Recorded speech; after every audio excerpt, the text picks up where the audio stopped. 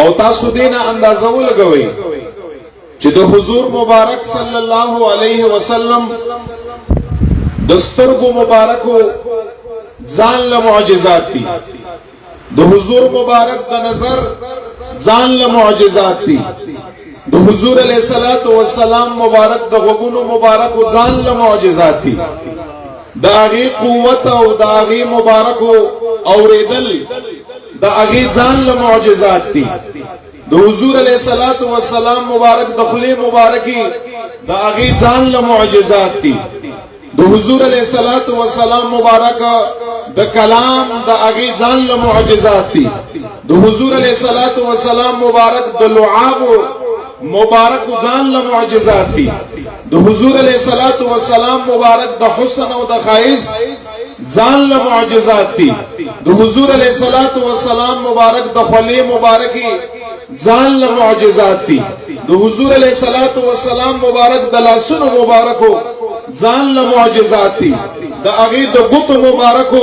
د هغې ځان له معجزات دي، د حضور علیه الصلاۃ والسلام د خپو مبارکو د هغې ځان له معجزات دي، د حضور علیه الصلاۃ والسلام مبارک د زمینی معجزات ځان لري، آسمانی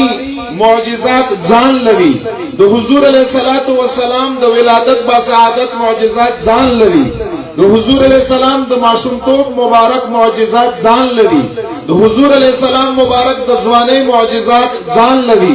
د حضور علیه الصلاۃ والسلام د اعلان نبوت نه مخکې معجزات ځان لري، د اعلان نبوت نه پس معجزات ځان لري، د حضور علیه الصلاۃ والسلام مبارک د مکی دور معجزات ځان لري، د حضور علیه الصلاۃ والسلام مبارک د مدنی دور معجزات ځان لري، د حضور علیه الصلاۃ والسلام د سفر معجزات ځان لري، د حضر معجزات ځان لري، د حضور علیه الصلاۃ والسلام مبارک د غزواتو د جهادونو د هغې معجزات ځان لري، د حضور علیه الصلاۃ والسلام مبارک د نباتاتو معجزات ځان لري، د جماداتو معجزات ځان لري، د اشجارو معجزات ځان لري، د احجارو معجزات ځان لري، د پیغمبر علیه الصلاۃ والسلام مبارک د فهم او د عقل د هغې معجزات ځان لري. بلکې دا به ووایما ډېره وسیع موضوع ده چې د حضور علیه السلام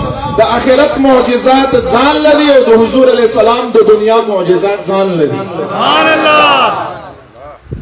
دا خو زه یو ادنا طالب علم په حیثیت باندې د هغې ګنتي ما ورته وکړه. انسان کوم طرف د محبوب علیه الصلاۃ والسلام مبارک بیان کا چې کوم ذات شخصیت مبارک سراپا معجزه سر نه وخله تر خپو پورې معجزه، پیدایش نه وخله تر آخرت او جنت پورې معجزه،